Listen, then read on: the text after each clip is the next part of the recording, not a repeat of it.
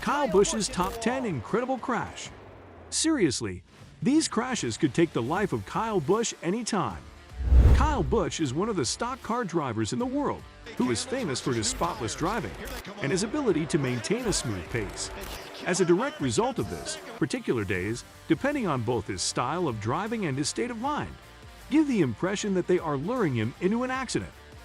Well, let's talk all about the crashes that have happened in the past matches here, only on NASCAR Zone. But the majority of the time, the issue is associated with some kind of mechanical failure. Hence, before we really get started on this crazy video, I'd like to kindly ask you to subscribe to this great NASCAR channel so we can become a racing family together. Let's begin.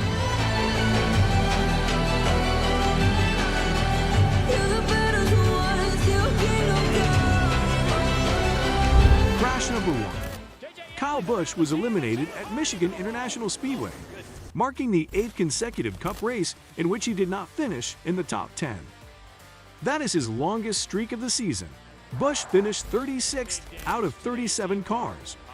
Busch was involved in a crash on lap 25 after a restart following the competition caution. J.J. Yeley was in the middle of the pack with the field stacked behind him. Busch, Austin Cindric, Eric Almirola, Michael McDowell, Ricky Stenhouse Jr., Harrison Burton, Yeley, Todd Gilliland, and Ty Gibbs were all involved in the crash. Except for Gilliland, Gibbs, and McDowell, everyone was eliminated. And that was really terrifying. Busch discussed his recent streak, which included his disqualification at Pocono for a post-race inspection violation after finishing second, and his bad luck. Crash number 2. Busch and 8 other drivers were involved in the crash on the 25th lap at Michigan Speedway. While Busch finished the race, he finished 36th out of 37. According to Busch, he became squeezed between driver Eric Almirola and myself and the fence. Bided my time and knew we weren't going to necessarily need to be in a hurry there to get points for the end of that stage. It was going to be a 40-lap run, and it was going to be plenty of time to get up there with our car. We had a really fast interstate batteries Camry. I mean, it was looking really good for the day, and obviously not a good result. So just got squeezed between the 10 spinning and myself and the fence. So just don't get it, man. Just can't buy a break right now. Crash number 3 happened. In the Coke Zero 400 at Daytona International Speedway on Sunday, the big one happened again. This time, the crash on lap 97 of the 160-lap race took out 26 cars, which is more than half of the field. On the 19th lap, there was an accident that involved 16 cars. Greg Biffle hit Casey Kahn in the back, and then Casey Kahn ran into Joey Logano. This caused a lot of damage. Going into turn 3, all 3 drivers were near the front of the pack. Biffle said that the crash was a chain reaction and that he didn't have time to react. In the fight that followed, Cole Witt hit Kyle Busch, which caused him to fall on his roof. Busch said it felt like a carnival ride, but he was fine hanging upside down in general. It was okay. It just felt like a slow carnival ride, but I guess that's fitting for the 4th of July weekend. NASCAR stopped the race, and Eric Almirola of Richard Petty Motorsports was in the lead when the red flag came out. Crash number 4 in the 2018 Coke Zero 400. On lap 54, a collision between Stenhouse and Brett Keselowski near the front of the pack sparked a massive accident that collected more than half of the 40-car field. Stenhouse's night got off to a rocky start after the accident. Keselowski placed the blame for the accident on the race's leader, William Byron. He claimed that Byron had blocked his advance and forced him to slow down, which caused him to drive into the path of Stenhouse's vehicle. After fewer than 10 laps had been completed, it was once again time for the Stenhouse show. Near the front of the pack, he caused a collision with Kyle Busch, which sent Busch into the wall and started a chain reaction involving multiple cars. A quick look ahead reveals that there are 37 laps left in the race. Because of a problem with one of his tires, Kyle Larson went to a spin. Stenhouse was following in Larson's footsteps when he collided with his vehicle.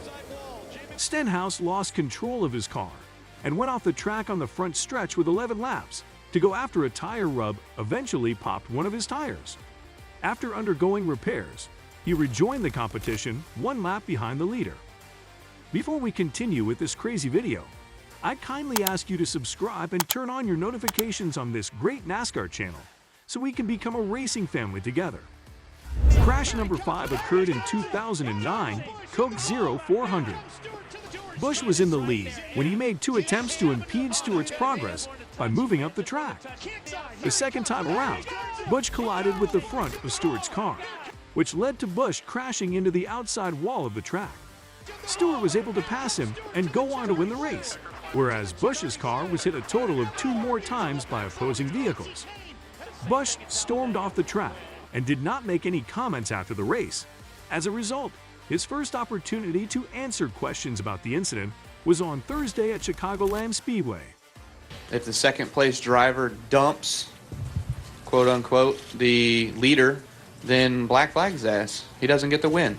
You know, if he's on him from behind and moves him out of the way and there's no wreck, then fine. You know, he can win the race. But if you're up alongside the guy and you dump him, then I'd say black flag him and give the win to the third place guy. The next question directed at Busch was whether he thought the collision with Stewart was a dump. He confirmed that it could be regarded as a garbage dump. Yes, he said. Crash number 6 was happened in the 2013 STP 400 after the vehicles of Busch and Logano were involved in a collision during the STP 400 held at Kansas Speedway. Kyle Busch and Joey Logano were forced to withdraw from the race early. On lap 104 of a race that was scheduled to last 267, the number 18 Toyota driven by Busch veered into the wall at turn 4 and then careened down the track, where the number 22 Ford driven by Logano collided with him. Both cars were rendered unusable for the remainder of the day, and moments later, Busch was seen walking around in street clothes while being pursued by a swarm of reporters. Yeah, absolutely no grip for me anyways, but you know, you're running third, doing fine, car a little tight and you spin out. I don't know what to do with that. And then you know, we're back in traffic all day. Traffic's way worse. It's, I mean, I watched it the whole time. As far as it's a little frustrating, I seen him get loose and get up to, you know, up against the wall, and I thought initially he was going to come back across the track, and then he slapped the wall with the right side. I'm like, okay, he's going to stay up there. So I committed to gunning it and get by him on the bottom, and then he came back across just then. Crash number 7 happened at the 2017 Daytona 500. Kyle Busch had little chance of staying on the track during the Daytona 500 after his tire suddenly blew. As a result, Dale Earnhardt Jr., Matt Kenseth, and Eric Jones were also taken out of the race. Busch was 1 lap down and in line with Toyota teammates Kenseth and Jones after a green flag pit stop, as Earnhardt, who was on the lead lap, tried to pass them in turn 3. Busch's tire went flat. Busch was going up the track, so Kenseth, Jones, and Earnhardt couldn't get away, so they all piled in. No one was hurt in the accident. Busch said the tire blew out, but a Goodyear spokesman said it was more likely that Busch ran over something sharp or had a fender punctured it. The spokesman also said that the company didn't know about the recent tire problems with the number 18 team. Crash number 8 had occurred in All-Star Race. Some people call it checkers or wreckers. Others say don't bring back anything but the steering wheel. And some people will say who needs teammates after tonight.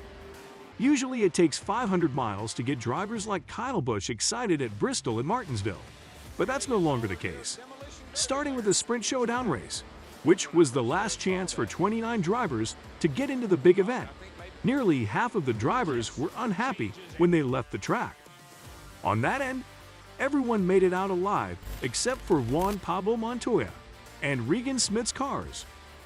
While racing for Stance heading into turn 1, the two appeared to crowd each other, with Montoya's spotter, Tad Boyd, telling him that boy's not used to being up there. Make him lift. Our last Kyle's crash occurred in the 2017 Brickyard 400. Just before lap 110, the teams for Busch and Truex were talking on the radio about whether they would continue to work together on restarts. Busch had won the pole position and the first 2 stages, and his car was the fastest. Throughout the race, Truex was the one who gave him the most trouble. Then, bang! And something unwanted happened there. The green flag was flying, and Truex looked like he was going to wobble and get into Busch. Both cars hit the wall at turn 1. Truex had to get out of his car quickly because it caught on fire. flames underneath the hood. I hate it for my guys. They build such fast Toyota Camrys, and this Skittles Camry was really good again today, and had one to go out there and put ourselves in the record books for 3 in a row, but not happening. So NASCAR friends, this concludes today's video. Don't miss out on future ones by turning on notifications and subscribing to our channel. Also, please leave a comment telling you which part was your favorite and how I can improve the article. Thanks for watching.